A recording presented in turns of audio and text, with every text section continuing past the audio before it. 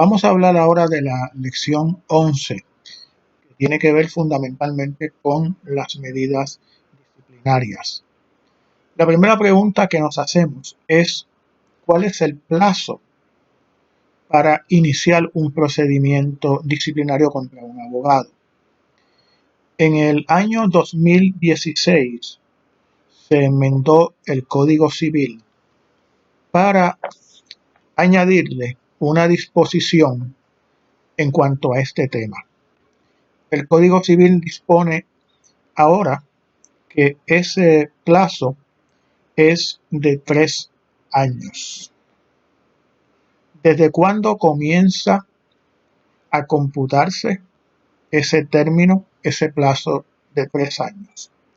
Pues comienza desde el momento en el que la persona que solicita, que interesa iniciar ese procedimiento disciplinario, tuvo conocimiento o debió conocer con la debida diligencia de las circunstancias que constituyen causa para disciplinar al abogado o abogada en cuestión y que tenga la capacidad para hacer esa denuncia o querella.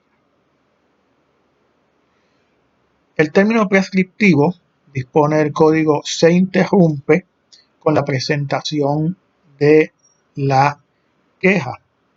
Ahora, este término de 3 años no aplica en algunas circunstancias que están establecidas en el código. En primer lugar, si la conducta del abogado o abogada no pudo ser descubierta debido a actos u omisiones intencionales de ese abogado o esa abogada, pues entonces el plazo no comienza a andar. Si era que el abogado estaba intencionalmente haciendo cosas para ocultar, para que el cliente, digamos, no se enterara de lo que sucedió. La segunda manera en la que, o circunstancia en la que no empieza a caminar el término, es si el abogado o abogada salió del país con la intención de evitar un procedimiento disciplinario, y durante el tiempo que haya estado con esta intención fuera del país, pues ese tiempo no contaría.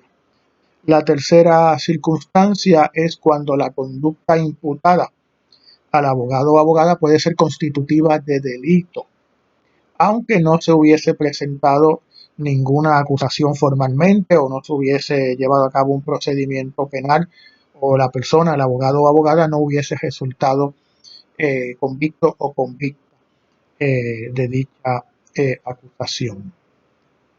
Y la cuarta circunstancia es cuando se trata de un procedimiento disciplinario recíproco, por haberse impuesto al abogado o abogada alguna sanción disciplinaria en otra jurisdicción.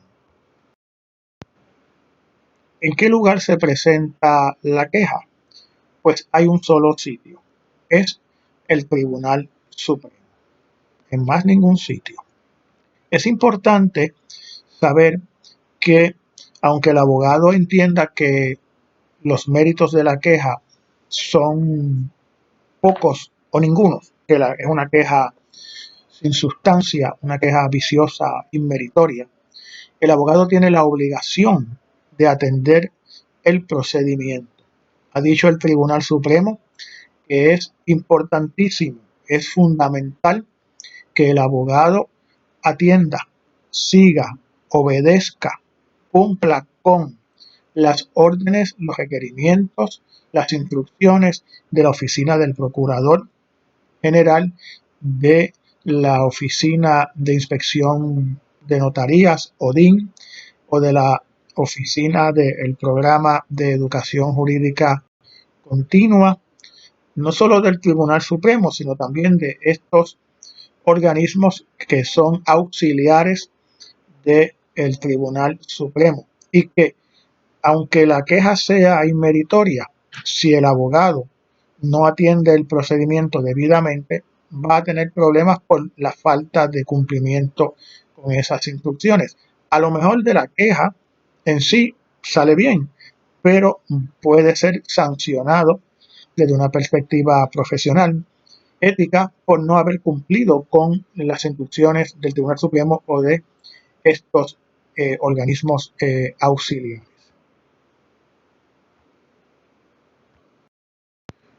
El Tribunal Supremo, no hay duda que por su poder inherente tiene facultad, poder para iniciar investigaciones. El tribunal lo hace, no es algo que suceda en muchos casos todos los días, no es así, pero en algunos momentos, en algunas ocasiones, el tribunal da instrucciones, le solicita, por ejemplo, a la oficina del procurador que inicie algún tipo de investigación, como puede hacerlo con ODIN, digamos, cuando adviene al conocimiento de alguna información que apunta a alguna posible violación ética por un abogado o una abogada.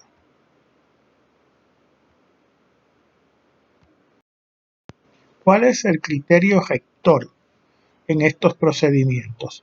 Pues no es el punitivo. Estos procedimientos no tienen como objetivo el castigo. El principio que guía estos procedimientos es un principio, un deseo, un interés, una preocupación, una obligación del Tribunal Supremo de determinar si el abogado o abogada tiene los atributos morales suficientes, adecuados, para poder ejercer la profesión.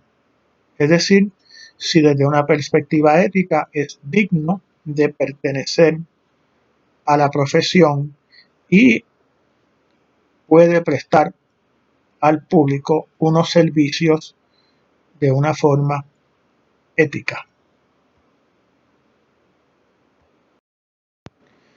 ¿Cuál es el procedimiento para la tramitación de la queja? La queja se tramita en el Tribunal Supremo, como he dicho anteriormente, y se exige una de dos cosas: que sea jurada o que tenga suficiente especificación de hechos en los que se funda. Se presenta en el tribunal, el secretario o secretaria del tribunal le envía una queja al abogado o a la abogada concernida. Este abogado o abogada contestan la queja enviándole una copia al querellante, y entonces el secretario envía la queja con la contestación del abogado a la oficina del Procurador General para que se exprese sobre estos documentos y haga una recomendación al tribunal sobre la queja. Una vez el Tribunal Supremo recibe la recomendación del procurador, entonces el tribunal va a determinar el curso de acción a seguir. Puede, por ejemplo, en ese momento ordenar el archivo de la queja, pudiese ordenar que la investigación se extienda, se amplíe, o puede someter el asunto a uno de sus jueces para determinación de causa. Puede tomar una medida disciplinaria, imponer una medida sin necesidad de trámites ulteriores cuando de la misma contestación del abogado surjan hechos que lo justifiquen, digamos el abogado admite todo lo que se dice en la queja, pues no hay nada más que investigar en ese caso, evidentemente.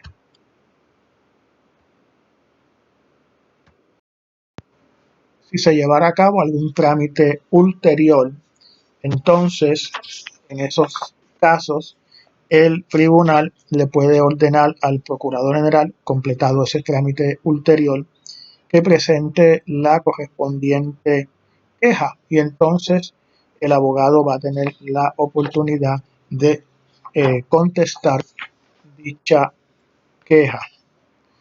En estos procedimientos disciplinarios es importante destacar que el abogado tiene derecho a la celebración de una vista evidenciaria, a confrontar y contrainterrogar los testigos en su contra, a presentar y a examinar prueba documental y material, el presentar su evidencia, testificar o evidencia documental, es decir, todo lo que normalmente entendemos que forma parte del debido proceso de ley. ¿Por qué? Porque se entiende que los abogados tienen un derecho propietario sobre su licencia, y que así surge una vez son admitidos al ejercicio de la profesión. Por lo tanto,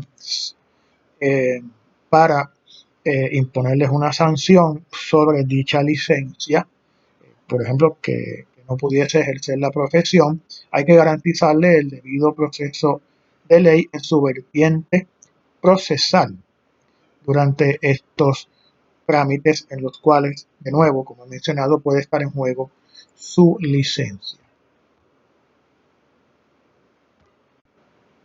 Quiero mencionar que en los casos en que hay una convicción, el Tribunal Supremo ha dicho que el proceso de desaforo es de carácter sumario y no se sigue entonces este proceso ordinario. Por ejemplo, un abogado resulta convicto en el Tribunal Federal y desde allá, desde la Secretaría, se envía al Tribunal Supremo una copia certificada de la sentencia. Pues en esos casos el procedimiento disciplinario es de carácter sumario, porque no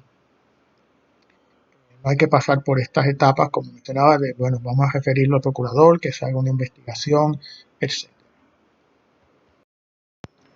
En cumplimiento de estas garantías del debido proceso de ley, si se va a hacer una vista en el procedimiento, la misma puede ser ante el tribunal o ante un comisionado especial designado por el tribunal. ¿Cuál es la práctica? La práctica es que se designa típicamente a un comisionado especial, quien va a recibir la prueba y le va a hacer un informe al tribunal con sus determinaciones de hechos. Las determinaciones del comisionado gozan de la mayor deferencia, ha dicho el Tribunal Supremo, cuando se trata de prueba a testificar, porque es la persona que tiene ante sí los testigos. Sin embargo, cuando se trata de evidencia documental, por ejemplo, estipulaciones, deposiciones, pues en estos casos, esta deferencia, esta regla de la deferencia, pues no aplica, ya que el tribunal está en igual posición que el comisionado para hacer sus propias determinaciones. Y es importante decir que el tribunal no está obligado por el informe del comisionado, es decir, lo puede adoptar, lo puede modificar o lo puede rechazar.